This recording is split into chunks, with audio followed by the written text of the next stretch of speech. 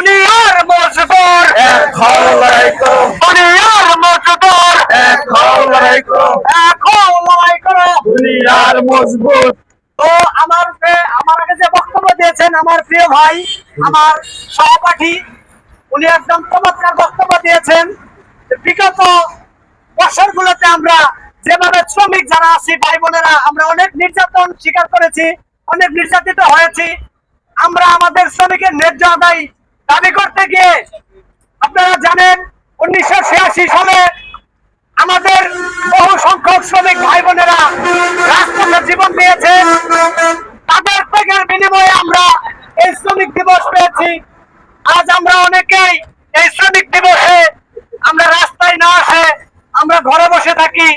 অনেক দুঃখের সাথে কথাটা বলতে হয়, আমি ওইদিকে যাব না।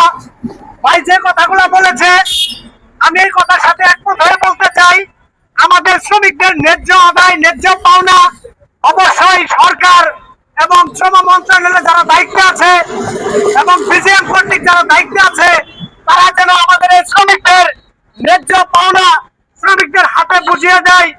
ইভেন যতগুলো আমাদের দাবি দাবা আছে সবগুলো যেন পূরণ করে দেয়। আমি এই আশাবাদ ব্যক্ত করে আমি আমার সংক্ষিপ্ত বক্তব্য শেষ